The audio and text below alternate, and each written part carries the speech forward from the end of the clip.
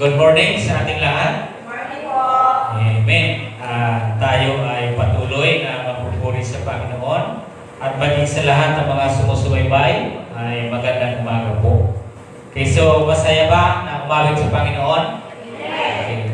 You cannot over your life without seeking your life sa ating Panginoon. So, kailangan natin is to change.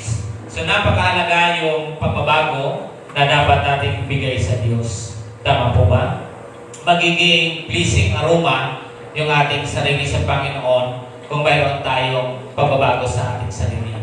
Tama po? So, ngayon, yung ating pinag-aralan is about the old and the new life. Yung lumang pagkatao at yung bagong pagkatao. So, kailangan po natin piliin if you want na bumalik sa dati or you choose na magkaroon ka ng pagbabago sa iyong buhay. Tama po ba? So, this month is about the old life and the new life. So, bigyan po natin yung sitwasyon, yung dati at ang bago nating buhay. Tama? So, sa lahat ng bye-bye. Kami po ay nagpapasalamat sa patuloy ninyong pagsusubaybay sa gawain. Amen? Naalala niyo po ba yung pinag-aralan natin last week na nakaraan? Na ano yung layunin ng Diyos? Bakit tayo ay pinago niya? There are 3 things.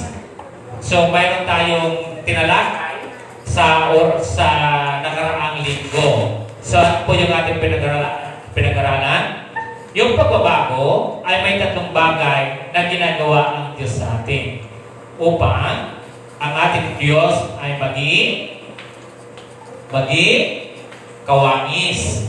Binabago tayo ng Panginoon para ay siya ay ating maging kamukha o kawangis.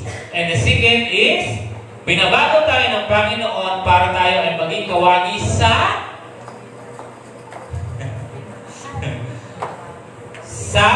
katuwiran. Okay? In His righteousness. So, kinakailangan sa bawat isa sa atin. Tandaan yung pinag-aralan natin kasi maganda kasi ngayon, yung nag-i-evaluate tayo ng ating pinag-aralan. Hindi lang tayo uuwi, and after that, wala na sa atin. Ano ba yung sinabi pastor? Ano ba yun?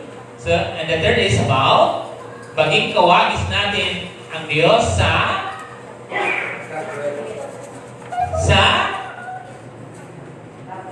kapangalan, sa holiness. So, kinakailangan yung 3 bagay, bakit patuloy tayong binabago ng Panginoon para maging kawagis natin ang Diyos.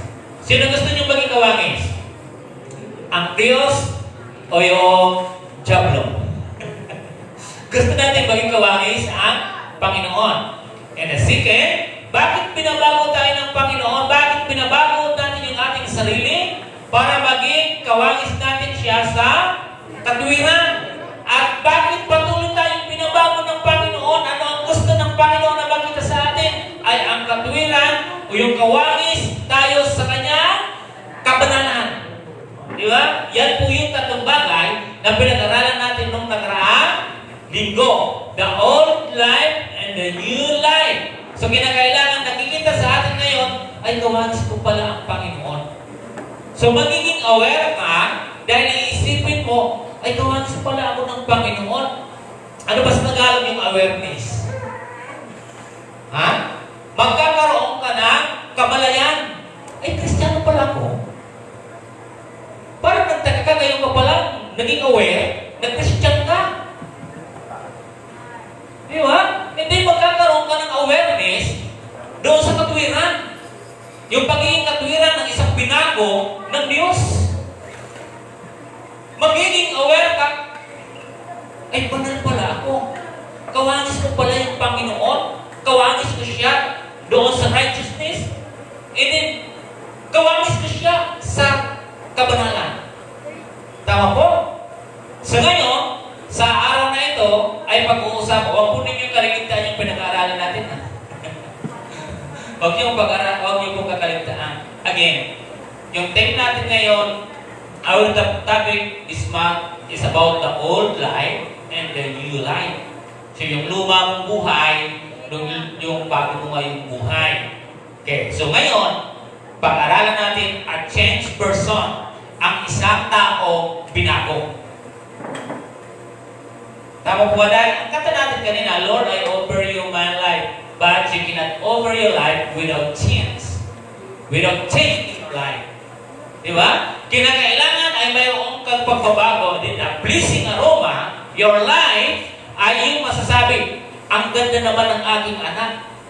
Si binibigay niya yung kanyang buhay para sa akin. Tama po ba? So, once again, a changed person. Ang isang taong nagbago. Di ba? Pag-usapan natin yung isang taong nagbago. Tama po ba? Dahil sabi natin, ang ating Panginoon ay kawangis na natin at mayroon kawangis na natin siya sa katulugan at kawangis naman din natin siya sa kabanalan. So dahil dyan, ay mayroong binago sa isang tao. Ano ang nagbago sa atin ngayon? Tama po ba? So sabi natin, a changed person o isang taong binago and to live a life worthy of God. Tama po? So upang mamuhay ng isang buhay na karapat-dapat sa Diyos. So kung bakit ka na yung binago na, gusto mo na ngayon na maging karapat-dapat. Tama po ba? So gusto natin na maging karapat-dapat na. So mayroong mga bagay na dapat ayusin tayo sa ating mga sarili. Okay? So open your Bible, the book of 2 Corinthians 5:17. Sorry, once again, sa ating wala muna tayo ngayong mababasa dito. Okay, so let us practice. Once again, kung wala man kayong nababasa dyan, practice natin sa pakikinig.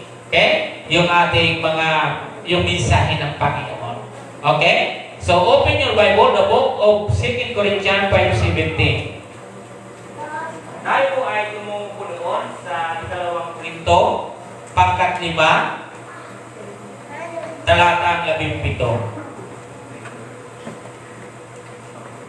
At tayo pong lahat ay tumayo sa pagbabasa.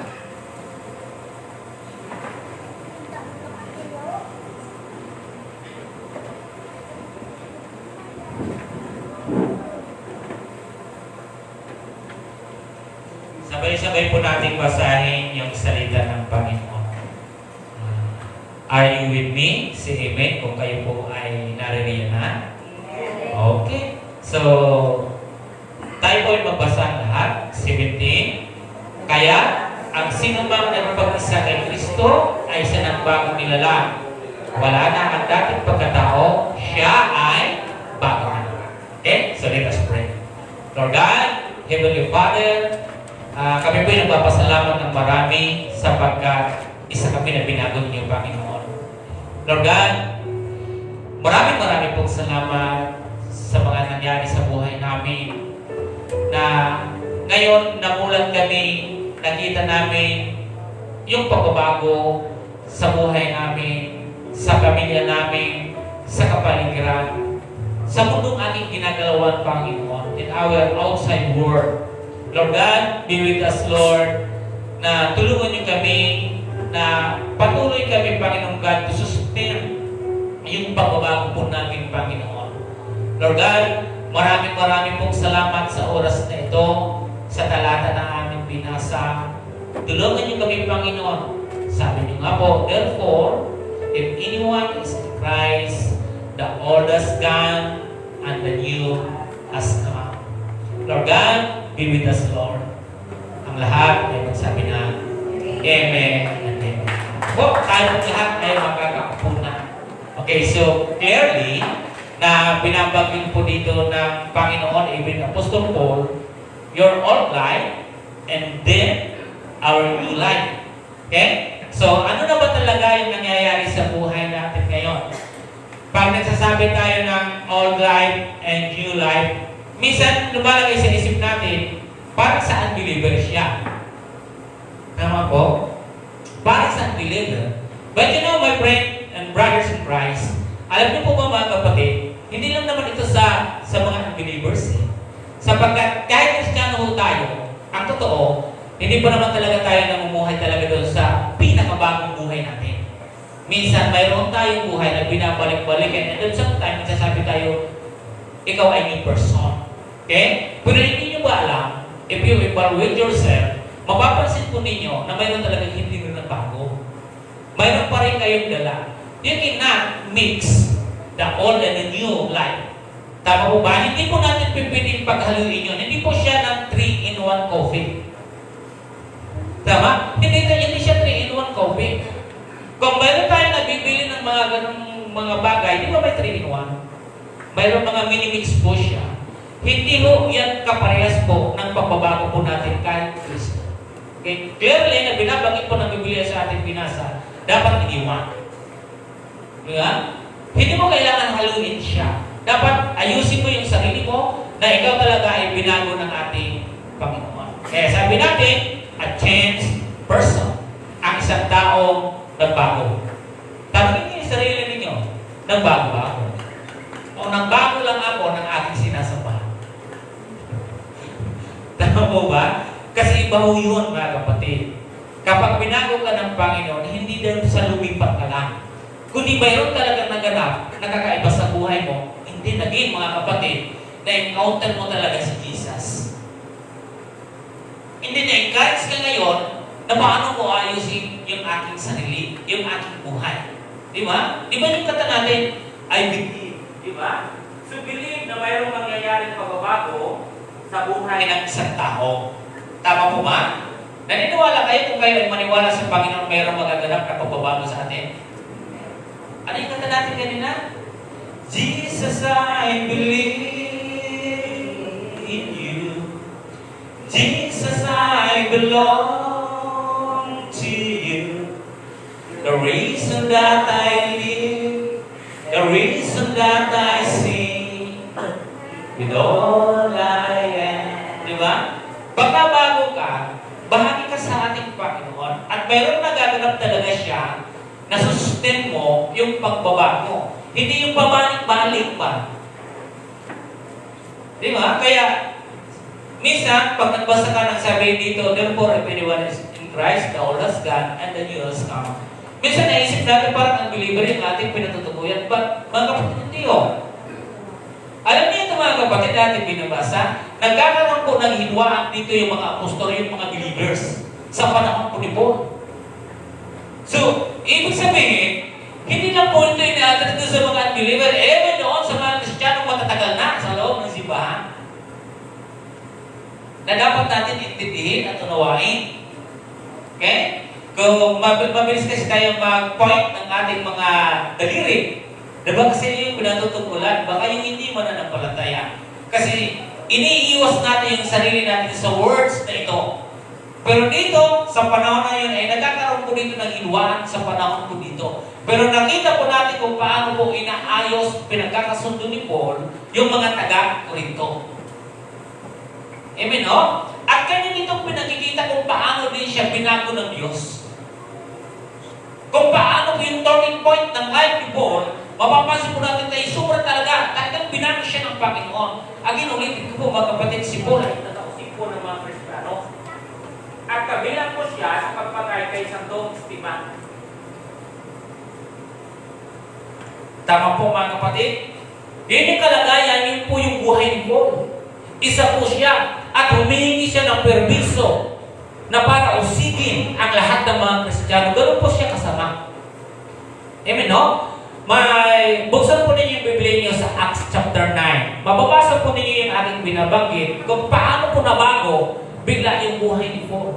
Kaya sabi ko dito sa ating pamagat, a changed person, ang isang taong nabago o yung binago ng Panginoon. Sa Acts chapter 9, puntahan muna natin yung nangyari po kay Paul.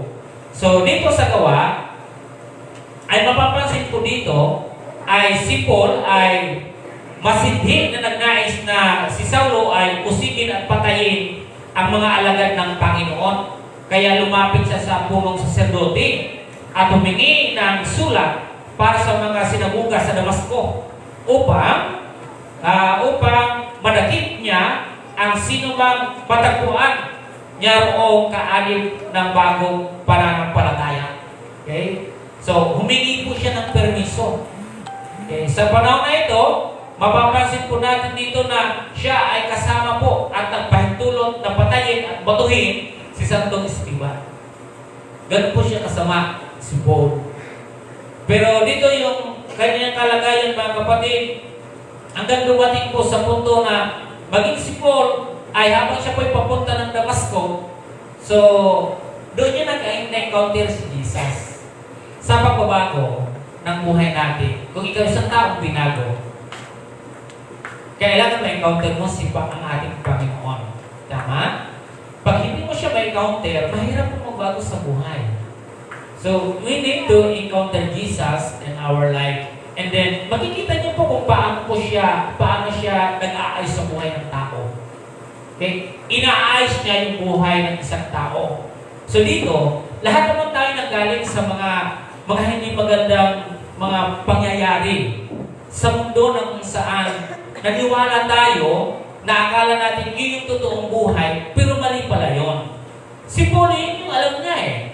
Alam niya na gano'n na yung trabaho niya. Pinaglaruan siya ng mundo, pinaglaruan siya ng kaaway, kung ano ang ibig niya ay ginawa niya. Dahil wala po talaga siya sa kanyang isip, wala sa katinuan ang isang tao hanggat hindi pa po siya binabago ng ating Panginoon. Nagiging matino ang isip ng isang tao pag na-encounter mo si Jesus. Tama po ba? Hindi, ang tao hindi pa na-encounter ang Panginoon, hindi siya matino. Hindi sakto siya mag-isip. Okay? Masama lagi yung kanyang iniisip sapagkat hindi niya na-encounter si Jesus. Tulad ni Paul. Kaya humingi siya ng permiso doon sa mga saserdote na gusto niya na usigin at patayin yung napatunayan na bago na ang kanyang pananampalataya. Sa hindi inaasahang pagkakataon na habang naglalakbay si Paul papunta po ng Damasco, ano po yung nangyari sa kanya? Bigla pong suminag pong bigla na sobrang masigat pa dyan sa araw hanggang po siya ay anong nangyari kay Paul? Siya ay nabulag. Hindi niya yun inaasahan. At mayroong salita na nagsabi sa kanya. Ano ang salita na binanggit sa kanya? Ano po? Saulo, Saulo, bakit mo ako inuusig? Inuusig ba ni Paul ang Diyos? Inuusig ba ni Paul ang Diyos? Bakit nagsabi ang Panginoon Jesus, Saulo, Saulo, bakit po ako inuusig?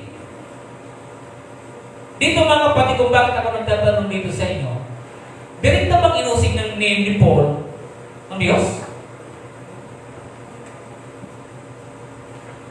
Direkta ba? Hindi ho mga kapatid. Pag ginawa po yan sa isang Kristiyano, tulad ni Paul, pag ginawa mo sa isang Kristiyano yung katulad ng papatayin mo siya, uusigin, ikukulong, papahirapan, automatic po, ang nasasaktan, sino? Sino po? Ang Diyos. Tama po ba? Hanggang sinasaktan mo, yung anak ng Diyos, hindi po direkta po ito sa pagkat na sinasaktan ni Paul sa Diyos, ha?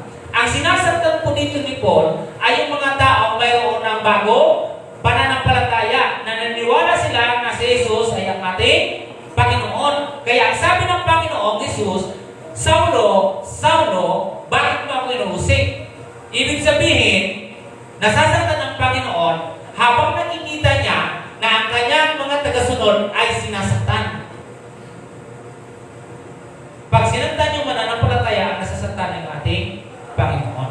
Sa kabilang banda, kapag ginawa yun, automatic po, siya na yung iyong sinasaktan. Tama po? Then sa pagkakataon na yun, sa madaling salita, siya po ay nabulag. Nang nabulag po siya, yun na po mga kapatid kung paano po kumilos yung Panginoon sa buhay ni Apostol Pablo. Maging sa iyo, kapatid. Diba? Sabi ko sa inyo kanina, wala sa katinuan ang tao pag hindi mo pa na-encounter si Jesus. Kaya wala po sa katinuan si Paul nun.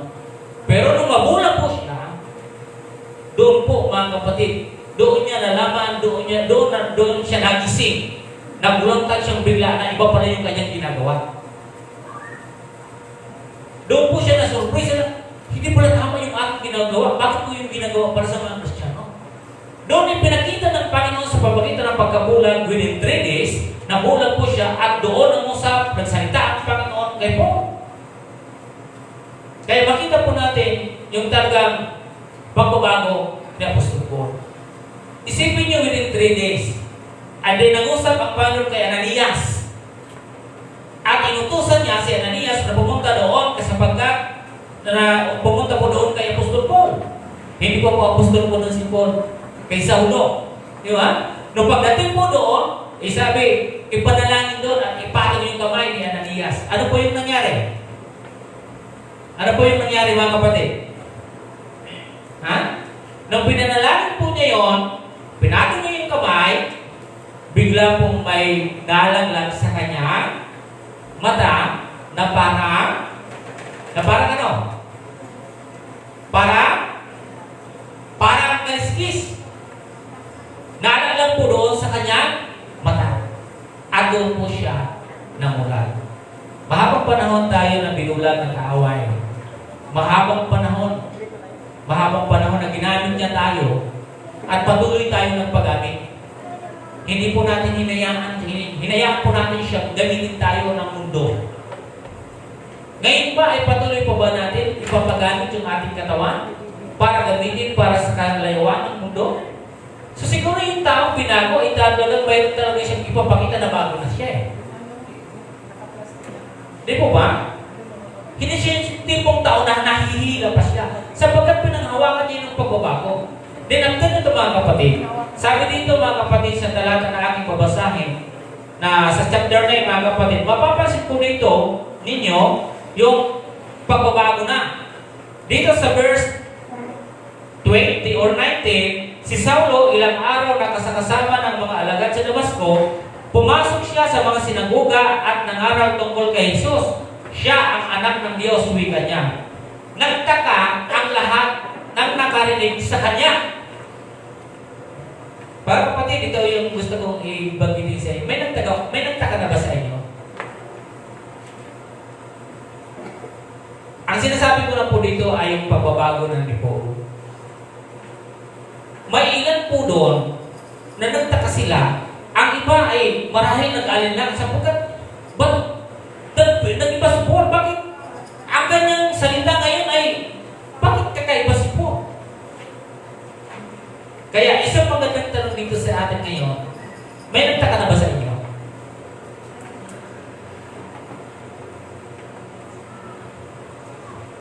Alam niyo, ang sarap na pakinggan na may nagtaka sa inyo o may nagtaka sa akin.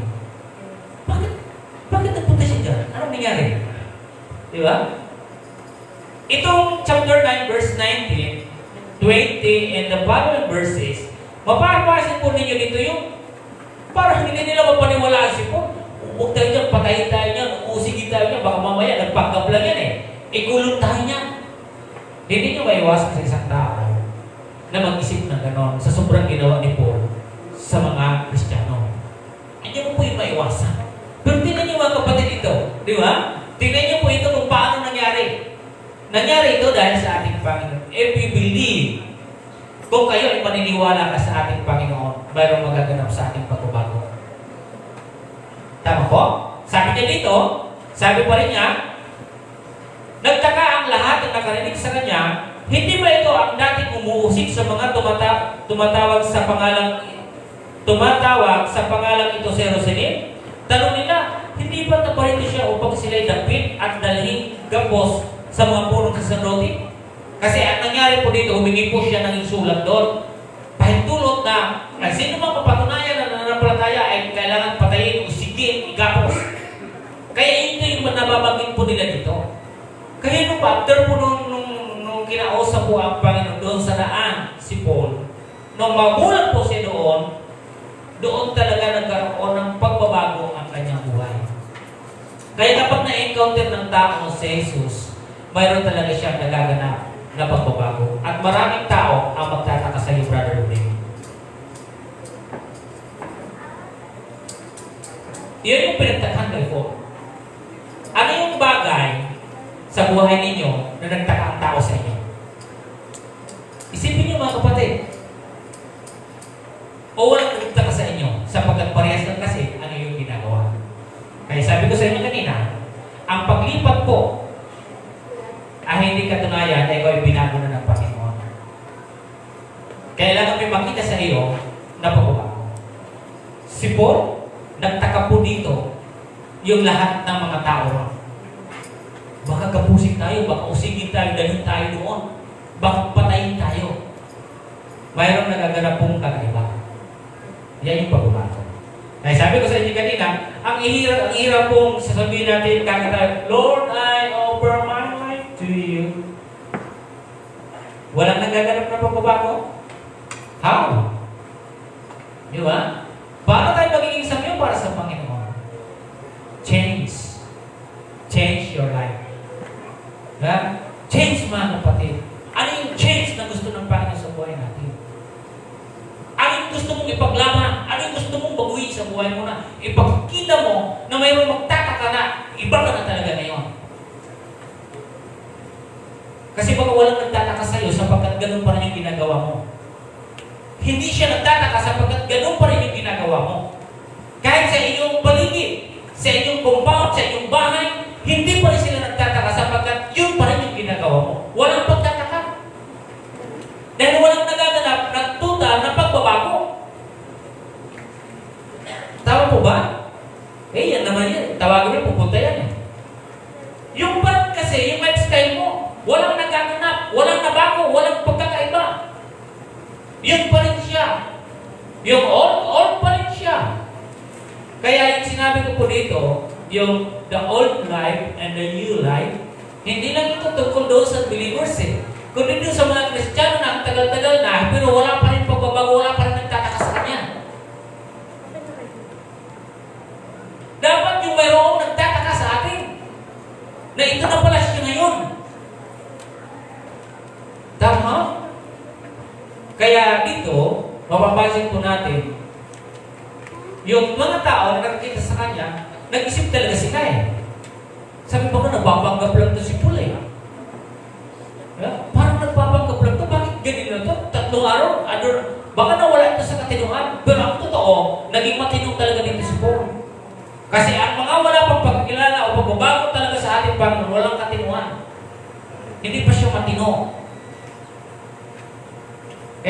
Bakit yung ginagawa yun?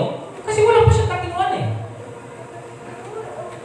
Dito, nung nagbago po si Paul, doon nakita ng lahat ng mga tao na yun, napatunayan nila na si Paul, iba na. Nagtaka na sila, iba na yung kilos, iba na yung galaw. Hanggang dumating sa punto na gusto nang ipapatay si Paul ng mga Hudyo. Kasi nagbago na. Yun yung mga katibayan, yung bunga, yung katunayan ng pagbabago ng isang tao. Dati kakampi. Dati kasabi siya. Pero ngayon biglang nagbago po siya. Yan yun mga kapatid. Na pinagtaka na ng tao na mayroon na talaga ng kaiba ng bago sa kanya. Kapatid, gising. Wake up. May nagtaka na sa inyo sa pagbago? May nagtaka na sa inyo na kapitbahay na ganito na kayo? Amen. Kung mayroong sabi, may nagtaka na sa inyo. Isang dumagat at isang YouTuber mga kapatid. Isa ito na sikat na YouTuber mga kapatid. Pumunta po siya doon sa dumagat. Ngayong Pasko po, dinala niya yung mga lahat ng dumagat doon sa kanilang tahanan. May nakausap siya doon na 2 mag-asawa. Nag-asawang po ata sila na 20 yung lalaki o 21, 19 ata yung babae. Ang pinagtaka niya nang pumasok po siya sa bayan ng dumagat ay kakaiba doon sa ibang dumagat. Sapagkat sabi niya, basta kayo kakaiba, sabi niya. Isang sikat ito na YouTuber mga kapatid, nag-upload po siya ng yung kanyang ginagawa. Sa pagkakataon na yun, napadpad po siya doon, pero yung kanyang bahay, ang bubong lang ay trapa lang siya. Noong pagkakataon, pumasok siya at sabi niya, pwede ba kami magkikapit?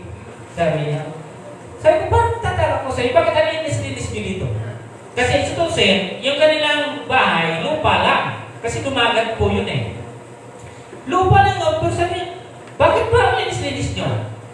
Sino ba nag-utos sa inyo dito na maging malinis kayo?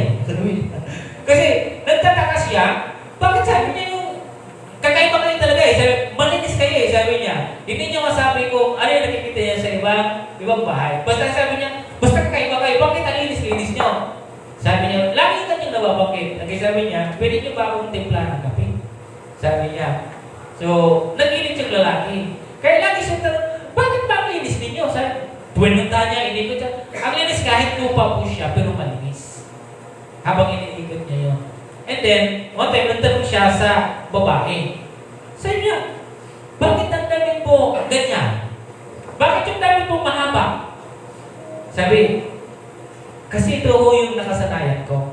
Then sabi niya, sa aming reliyon kasi, ayaw namin magsuot na parang labas na yung lahat ng aming katawan. Sapagkat sabi niya, minsan kasi yung pinag-uumpisahan para yung isang babae ay repeat ng tao.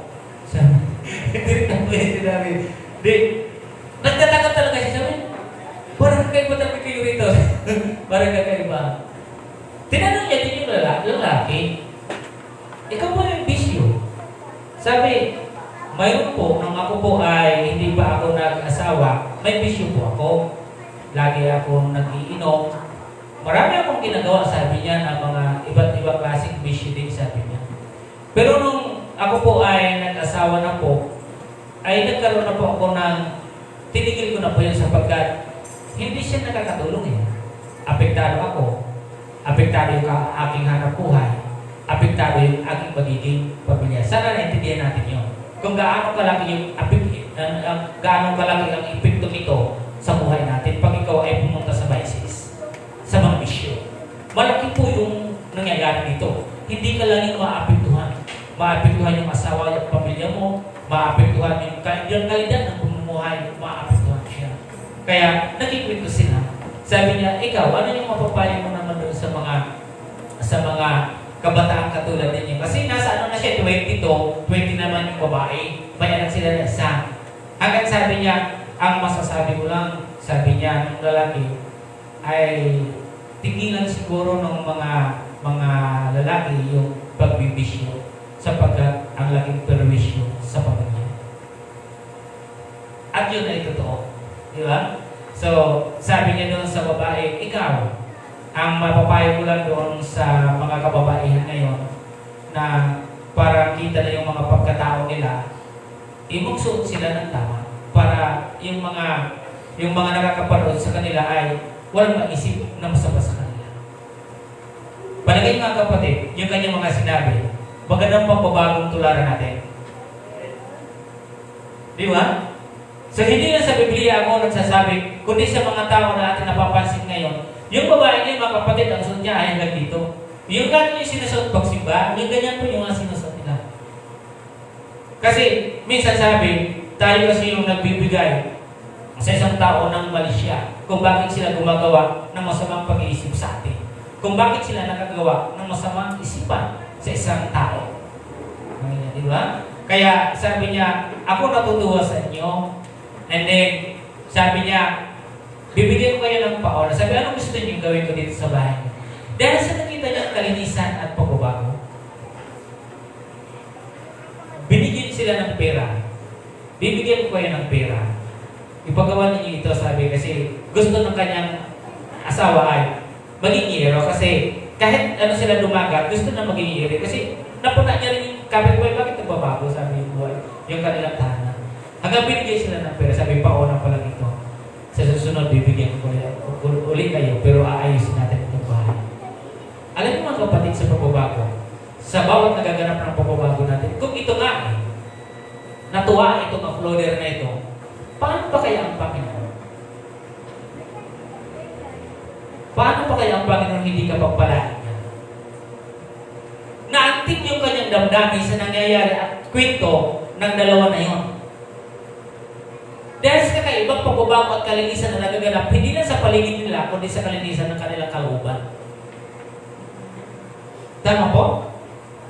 Kaya sila ay, dahil doon sa nangyari na yun, binigyan po niya ng pagbili kung ipapaayos ang kanyang bahay. Alam mo Kapag nakikita niya yung tao at lugod na lugod po ang Panginoon para sa atin, palagay niya hindi ka pagpapalain ng Diyos? Kung yung tao na yun nagbigay, ang Panginoon pa kaya? Ang hindi magbigay sa iyo? Huwag kayong matakot sa pagbabago. Mas maganda yung nagbabago. Tama po? Maniwala kayo na ang Diyos ay tutulungan tayo sa pagbabago. Amen po? Okay. Ito mga kapatid na aking tinalagay dito, o ating tatalakayin na may tatlong bagay tayo nakita na po na. Okay? Ito yung pinakamalinaw na message sa atin ng Panginoon. Pinakamalinaw na message sa bawat sa atin. Clear message na binanggit po sa atin ng ating Panginoon. Sabi, what are the unique changes that we can see in a person who has been changed by God? Sabi diyan, ano ang kakaibang pagbabago na makikita natin sa isang taong binago ng Diyos? Dahil si Paul, makita po natin may pinakita siya. Dapat tayo may pinakita. Mayroong magtaka kung bakit ganyan ka na. Tama po? Number 1. Have a new identity in life. Magkaroon po tayo mga kapatid o mayroon ng bagong pagkakakilanlan sa buhay. Si Paul, makita po ninyo, iba na po yung pagkakilala sa kanya. Tama po ba? Ikaw, may iba na bang pagkakilala sa iyo yung tao? Hanggat hindi ka magbago, hindi mo ayusin po yung identity mo, wala po magtataka sa iyo. Sapagkat kung ano yung identity mo ngayon, yun ay identity mo pa rin ngayon. Yung identity na dati natin, baguhin po natin yung ngayon. Your old identity. The old new life, sabi diyan, in the new life, the old has gone and the new has come. Your identity, your old identity, dapat mapalitan po yung new identity. Di po ba? Kung noon, bigla-bigla ka na tawag, sumasama ka, dapat magpakilala ka ngayon. Dahil binago ka ng Panginoon, ipakilala mo ngayon kung sino ka. Ipakilala mo ngayon si Kristo sa buhay mo na binago ka. Kaya si Paul nagtaka sa kanya eh. Nagtaka yung mga tao eh. Sapagkat mayroon po siya new identity. Wala na yung kanyang old identity na iniusog niya yung mga Kristiyano, pinapatay, o kung ano yung mga pinagagawa. Ano yung mga old identity natin na dala nyo pa rin ngayon? Hindi po yung matatawag na new identity. Sapagkat hindi ka pinagtatakha ng mga kasama mo sapagkat pag niyayaya ka, sumasama ka pa rin.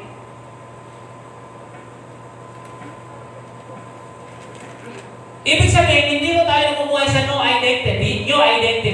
Andun ka pa rin sa old identity. Kaya walang nagtataka sa'yo. Gayun din sa mga babae at lalaki. Oh, amen po ba? Ano ang sabi dito mga kapatid? Christians are not what they used to be. The identity changed from being a fallen man or man to being associated with the righteousness of Christ.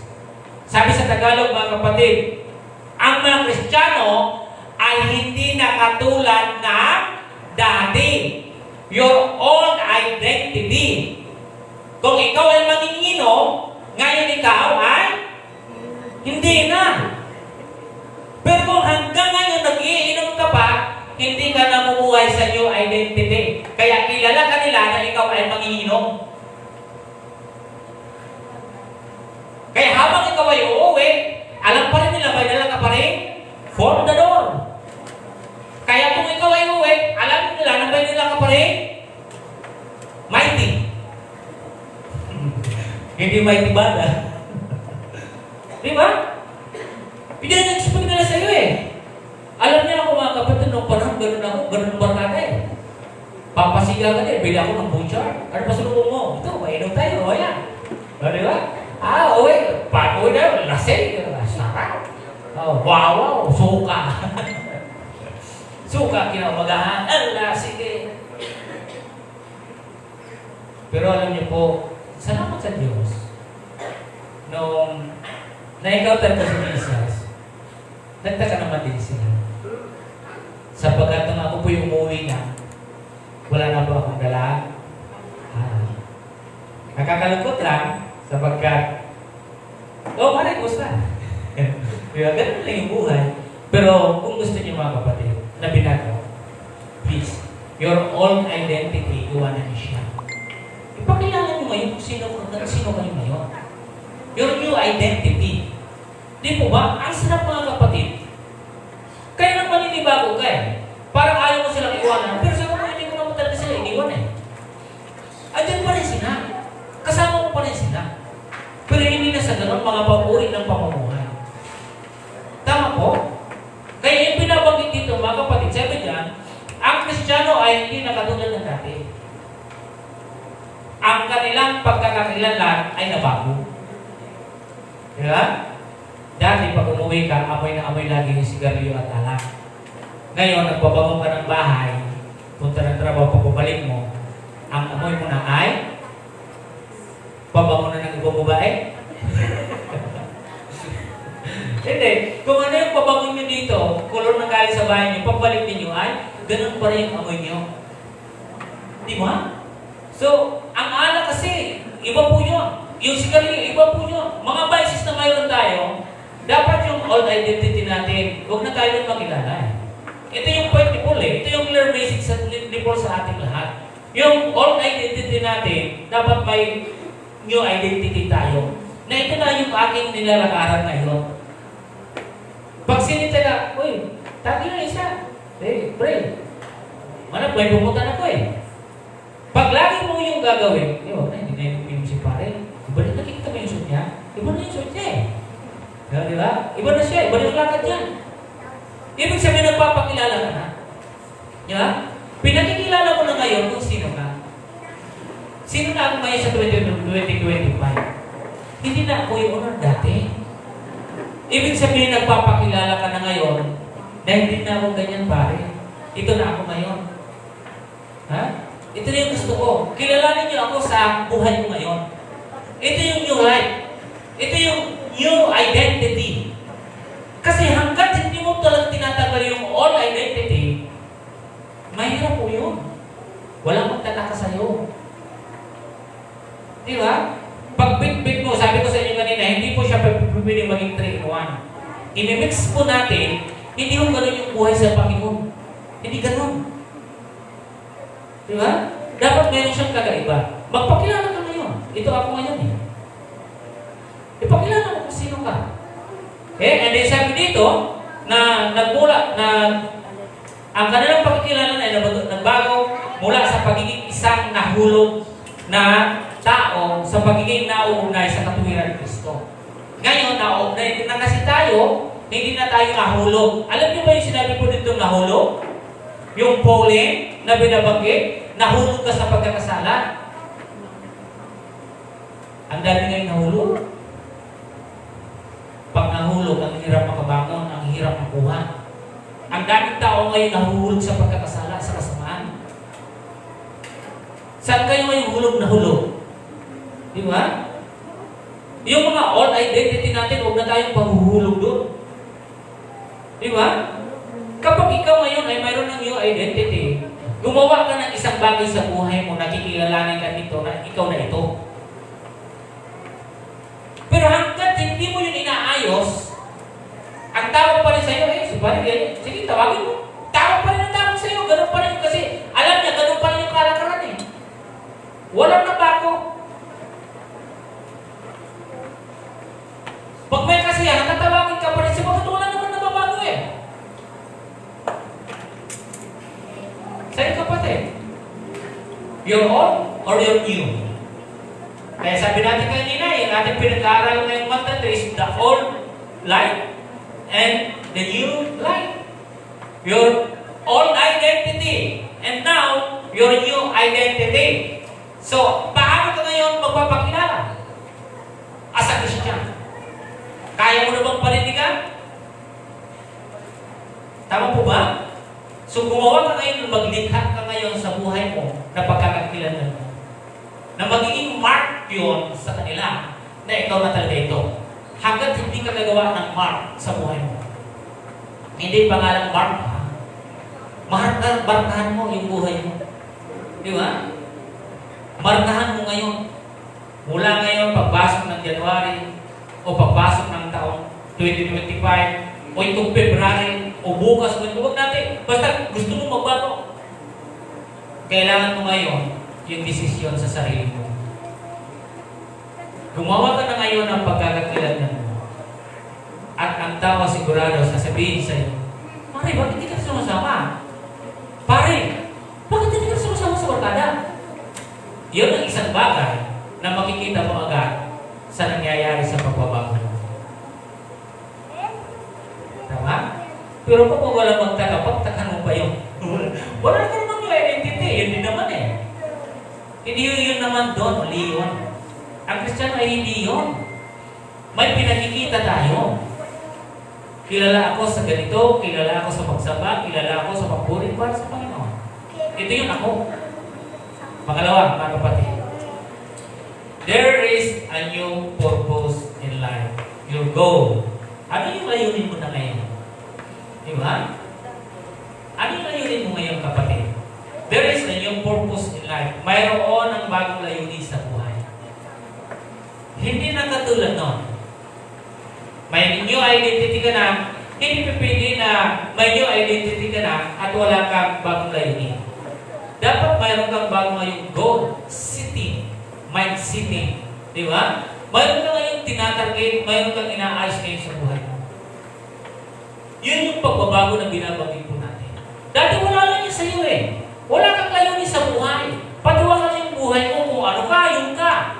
Pero ngayon hindi mga kapatid, mayroon ka ng layunin. May purpose ka na sa buhay mo.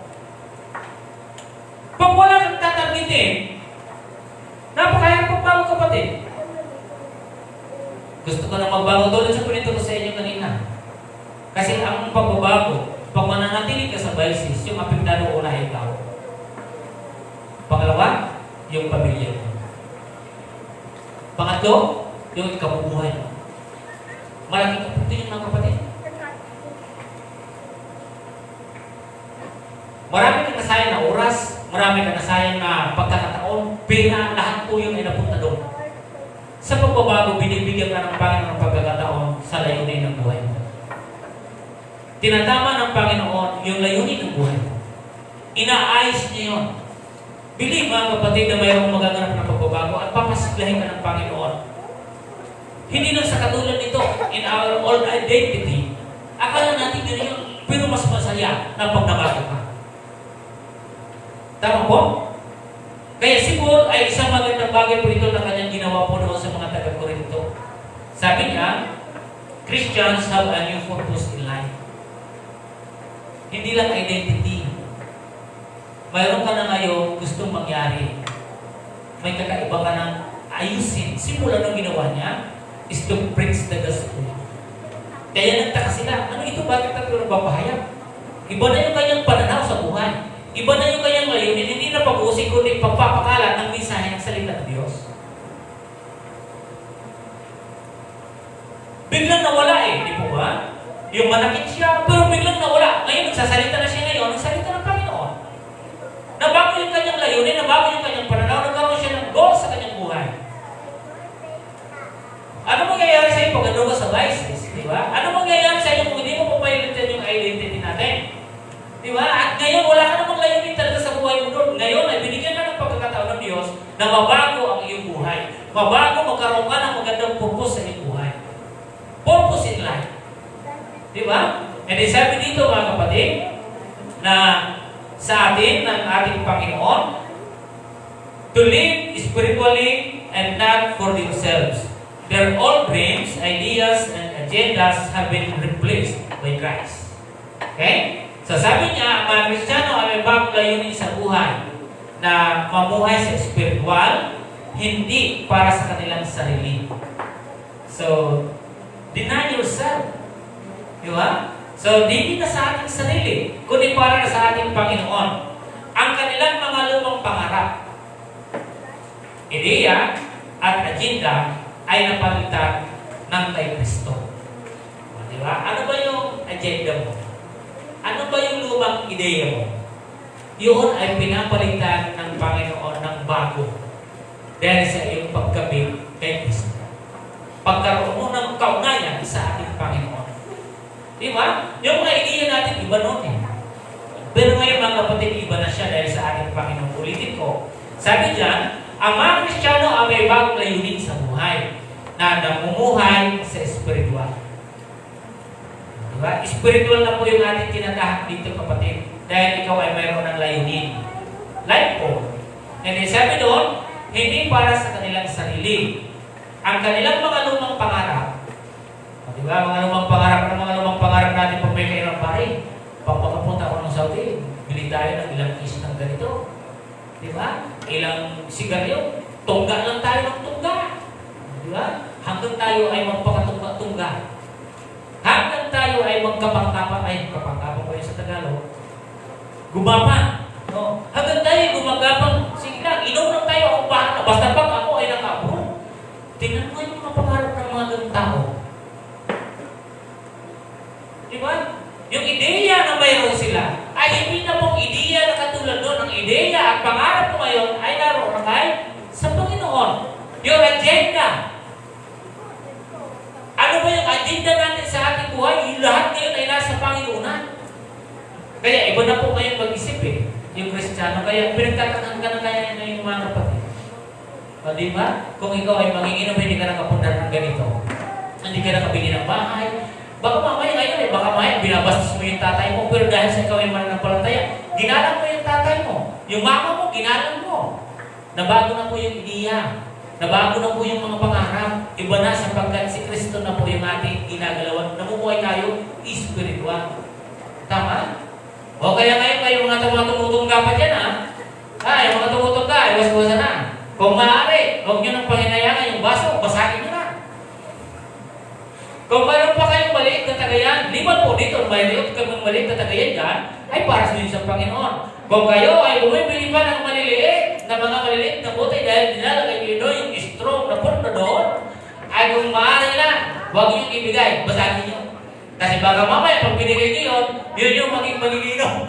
So mahirap na. Di ba? Kaya, mga kapatid at kaibigan, iba ka na ngayon. Tama? Malayo na sa panahon kung ikaw ay mag-iinom. Sapagkat ang pangarap mo lang, every Sunday, magkita-kita tayo dito sa bayan at tayo magtunggaan. O, diba? So, yun lagi ang inisip. Ang ideya natin ay kapares din ang ideya ng ating manginginom.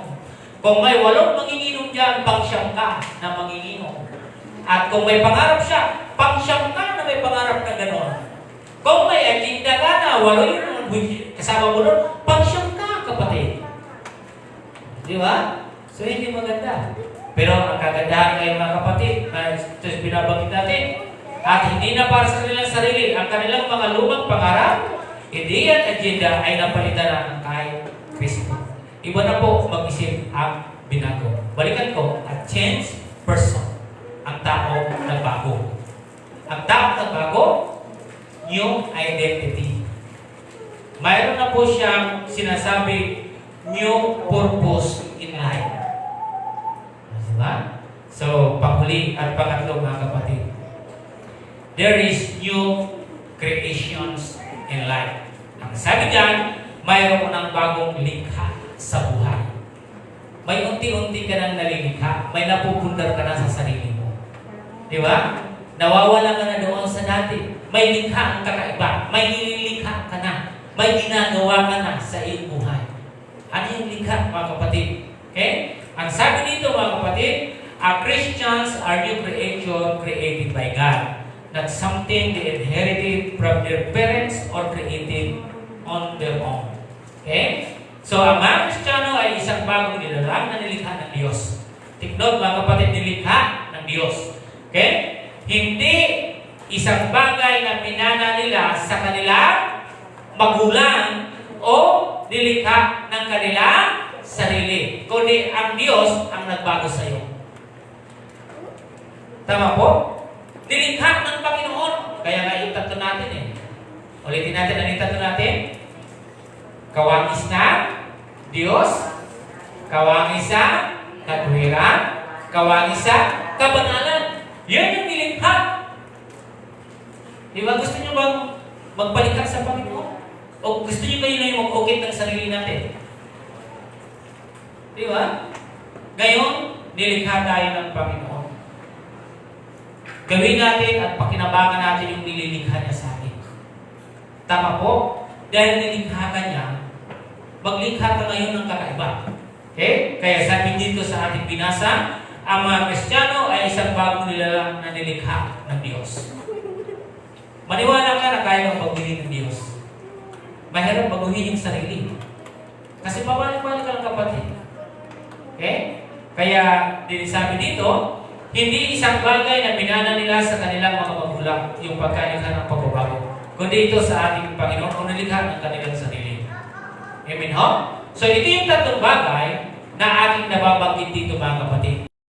Ano? So, ano po yung tatlong bagay? Sana nakuha po natin. Number 1, have a new identity in life. And the second is a new purpose in life. And the third is a new creations in life. You're old as God. And a new son. Tama po? So, lahat tayo na ipakita natin, naglalakad tayo na may bagong likha sa buhay natin. Ibang klase na to si Brother Michael. Ano yung naglikha sa kanya? Parang ang mukha niya, mukha niya. Diba? So, parang ang itsura nito ni Brother Michael, parang tatay niya. Dapat ang naglikha sa iyo, ang kamukha nito ay ang Panginoon. Ayun gusto po natin dito banggitin. Tama po ba? So, halimbawa, ay parang kamukha mo yung aking kapitbahay. Diba? Sana walang mangyari gano'n, ha? Oh. So, hindi sa pamamagitan doon, parang ang kamukha ko yung nanay at tatay ko. Diba? Minsan, problema pa ganito kung minsan yung tatay nag-away. Hindi, ikaw anak yung kamukha ko. Hindi, anak. Si tatay talaga yung kamukha ko. Hindi, ako nga eh. Diba? Dito mga kapatid, nilikha ka ng Panginoon. Tama? Ikaw ngayon ay ating nilikha ka na ang Diyos ang nagpapakita na ikaw ay kamukha niya. Tama? Okay, kamukha ba kayo ng Panginoon? O, wala na. Natapos yung message natin, nakatatap tayo nakaraan hanggang ngayon. Ayaw mo maging kamukha ng Panginoon? Gusto niyo ba maging kamukha ng Panginoon? Okay, sabi niya, you are the image of God. So ngayon, kawagis niya tayo. Kung ibig sabihin, dahil binago ka, pakita mo ngayon yung new identity, yung new purpose in life, yung creation in life. So ipakita niyo po yung creation in life. Mas maganda po yun. Okay? So sa ating pagtatapos mga kapatid, sabi dito, the clear message to us is, live the old way of life. Layuan, iwas sa binabanggit ko ito. Malinaw na mensahe sa atin ay, iwanan ang dating paraan ng pamumuhay. Pangalawa, ito yung clear message.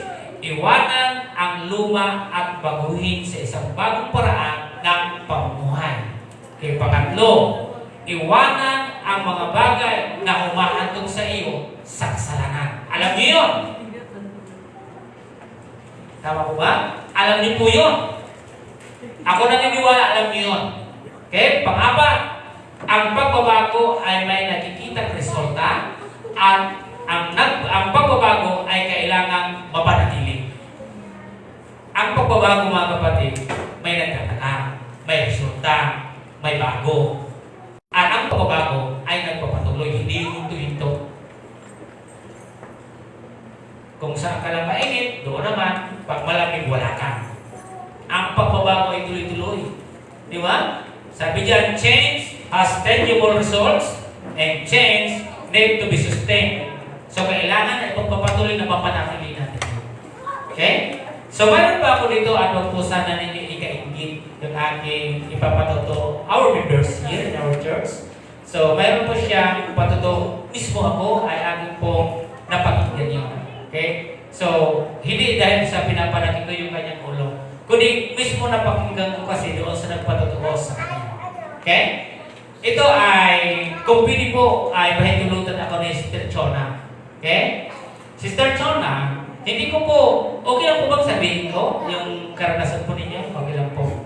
Sister Chona po ay isa po siyang manginginom. Kung hindi nyo lang alam. Totoo. Siya mismo yung sabi. Nung ako ay pumunta sa kanilang bahay, nanay niyo yung Brother Michael? Yung matanda? Nanay niyo po yun? Nanay niyo?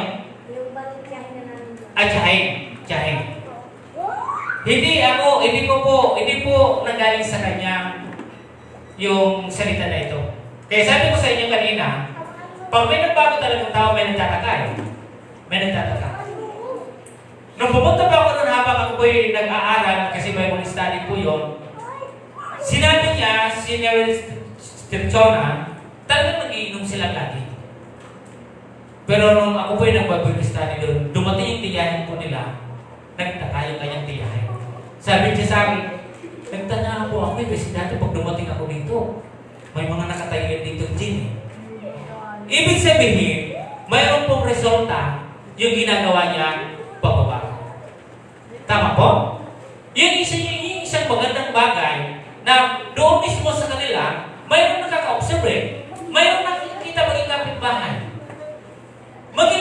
Hindi, may mga bagay pa, may mga lugar pa, may kapitbahay na hindi nagsasalita na marahil nag-iisip din yun eh. Kasi sa ginagawa niya dati. O, di ba? So, mayroon po siyang resulta. At sa ngayon, anong ginagawa niya? To sustain. Para ipagpatuloy yun. Para yung mga nakakita sa kanya ngayon, dumating ang araw na mapapatunayan niya na mayroon talagang Diyos na nagbabago. Tama po ba? Kaya, yung binabanggit ko sa inyo ngayon, yung kanilang tiyahin ngayon ay nagtaka sa kanya. Siya mismo yung nagsabi. At sila ay harap ko po na nagsabi po, yung kanyang tiyahin, na nagtaka siya na, dati si Jonah ganito, bakit ngayon iba na siya? Sigapin yung mga kapatid, na huwag na po tayo mamuhay doon sa old identity. Tingnan niya sa kanya, mayroong naganap at mayroong nakapunag sa kanyang pagbabago. Tama po ba? Pwede ba natin palakpakan ang ating Panginoon? Yan yung saklangan. Hindi yung nangyari, yung po, maging dito sa ating pinintang lubangan na yan, mayroong nagaganap, mayroong kakaiba, mayroong nakakapunag. Tama po? Mayroong kakaiba na mangyayari talaga sa iyo. Okay? Pero kung nagsasabi ka ngayon, mayroon ka ng new life, pero yung old identity, kakabit pa rin, ganun pa rin. Tatawagin at tatawagin ka pa rin at tatawagin doon sa mga kasama.